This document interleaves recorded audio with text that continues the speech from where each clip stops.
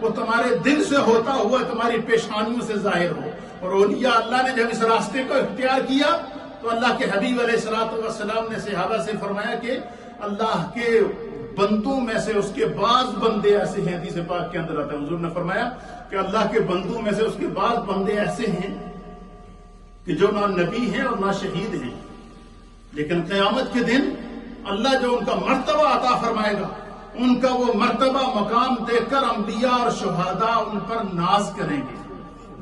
صحابہ نے عرض کیا کہ یا رسول اللہ، وہ خوش قسمت شخص کون ہوگا جو نہ نبی ہے اور نہ شہید ہے اور انبیاء اور شہداء قیامت کے دن اس پر ناز کریں گے؟ تو حضور نے فرمایا کہ میں ان کی چند نشانیاں تمہیں بتا دیتا ہوں. جس شخص میں وہ نشانیاں پائی جائیں سمجھ لو وہ شخص اللہ کا محبوب ہے، سمجھ لو وہ خدا کا ولی ہے، سمجھ لو اللہ قیامت کے دن اسے عزت کا تاج پہنائے گا. حضور نے فرمایا ان کی پہلی نشانی کیا ہے؟ فرمایا وہ نور کے منبروں پر فائز ہوں گے. سرکار نے فرمایا کہ جب تم ان کے چہرے کو دیکھو گے اذا رؤوا ذکر اللہ، جب تم ان کے چہرے کو دیکھو گے تو تمہارا جو سب سے پہلا ری ایکشن ہوگا ان کو دیکھتے ہی پہلا ری ایکشن یہ ہوگا کہ یہ چہرہ کسی جھوٹے کا ہو ہی نہیں سکتا. ان کے چہرے کے نور کو دیکھو گے تو تمہیں خدا یاد آ جائے گا.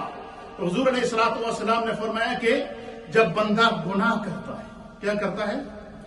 پہلے کیا فرمایا کہ تمہارے جسم کے اندر ایک لوتھڑا ہے گوشت کا، اگر وہ صحیح ہوگا تو تمہارا پورا جسم درست، اگر وہ خراب ہوگا تو تمہارا جسم خراب، تمہاری عبادات خراب، تمہاری ریاستیں خراب، تمہاری تسبیحات بھی قبول نہ ہوں گی کیونکہ تمہارا باطن پاک نہیں ہے.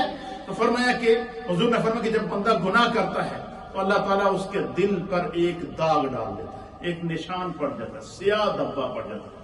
کیا پڑ جاتا ہے؟ سیاہ دھبا پڑ جاتا ہے.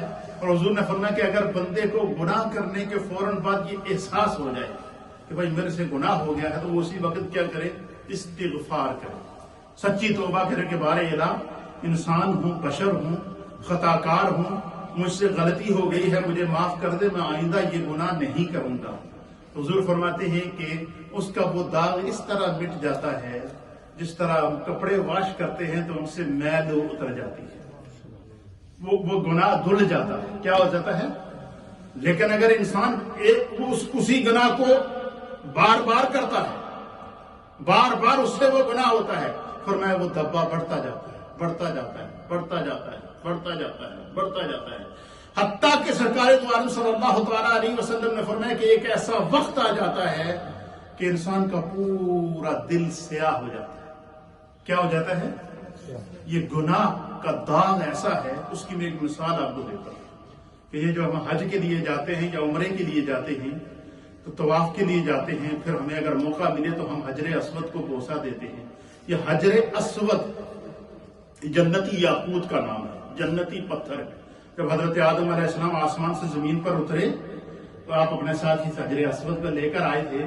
تو یہ اصل میں حجر اسود نہیں تھا، محدثین نے لکھا کہ یہ حجر ابیض تھا، یہ سفید پتھر تھا. یہ کیا تھا؟ جنتی یاقوت تھا، سفید پتھر تھا. اور اس کے نور کا یہ عالم تھا کہ حضرت آدم علیہ السلام جب رات کو سفر کرتے تو حجر اسود کو ہاتھ میں رکھتے تھے تو اس سے نور نکلتا تھا تو میلوں تک اس کی روشنی پھیلتی تھی، میلوں تک اس حجر اسود کی روشنی سے. پھر جب حضرت ابراہیم علیہ السلام نے خانہ کعبہ کو تعمیر کیا، دوبارہ اس کی چوتھی تعمیر حضرت ابراہیم علیہ السلام نے کی، اور طوفان نوح کے وقت جب یہ سب کچھ بہہ گیا تو علامہ جلال الدین سیوطی کہتے ہیں کہ اس حجر اسود کو جبریل علیہ السلام وہاں سے نکال کر خانہ کعبہ کی دیوار سے یہ سندھ کے اندر جو کوئی ایک پہاڑ تھے ان پہاڑوں میں جا کر اس کو رکھا. پھر جب حضرت ابراہیم علیہ السلام نے خانہ کعبہ کی تعمیر کی تو جبریل علیہ السلام اسے وہاں پہاڑوں سے نکال کر واپس لائے اور خانہ کعبہ کی دیوار کے اندر جس وقت حضرت ابراہیم علیہ السلام نے حجر اسود کو رکھا تو حدیث کے اندر آتا ہے، روایات کے اندر آتا ہے کہ اس حجر اسود کی روشنی اور نور کا یہ عالم تھا کہ خانہ کعبہ کے چاروں طرف حد نگاہ تک روشنی ہی روشنی تھی. کیا تھی؟ اور جہاں جہاں اس حجر اسود کی روشنی پڑی، جہاں جہاں اس کی لائٹ نے اس ایریے کو گھیرا، اس روشنی کو دیکھ کے حضرت ابراہیم علیہ السلام نے دعا کی کہ یا اللہ جہاں جہاں تک یہ روشنی ہے اس سارے ایریے کو حرم بنا دے۔ آپ نے دیکھا نا کہ جب ہم حج کے لیے جاتے ہیں، عمرے کے لیے جاتے ہیں، ہمارا جہاز جب ایک حد پر پہنچتا ہے تو باقاعدہ پائلٹ اعلان کرتا ہے کہ ہم حدود حرم میں داخل ہو چکے ہیں، اور وہ حدود حرم میلوں تک ایسٹ پہ پھیلی ہوئی ہے، میلوں تک ویسٹ پہ پھیلی ہوئی ہے، میلوں تک ساؤتھ پہ پھیلی ہوئی ہے، میلوں تک نارتھ پہ پھیلی ہوئی ہے۔ تو کیا مطلب کہ جہاں جہاں تک حدود حرم ہے اس کے باقاعدہ نشانات لگائے گئے ہیں۔ وہ حدود حرم وہ ہے کہ جس وقت حضرت ابراہیم علیہ السلام نے وہاں حجر اسود رکھا تھا تو اس کی روشنی کے ساتھ وہ پھیلتی ہے۔ حجر اسود اصل میں کیا تھا؟ حجر ابیض تھا، یہ نورانی پتھر تھا۔ پھر نبی اکرم صلی اللہ تعالی علیہ وسلم نے اس جنتی یاقوت کو اپنے لب قدس کی پتیوں سے بوسہ دیا۔ حضرت ابراہیم علیہ السلام نے اس کو بوسہ دیا۔ اب اس کو بوسہ دینا یہ نبی پاک کی سنت بن گیا۔ پھر اس کے بعد نبی پاک کے اس بوسے کا اس پتھر کے اندر کیا اثر ہوا کہ قیامت تک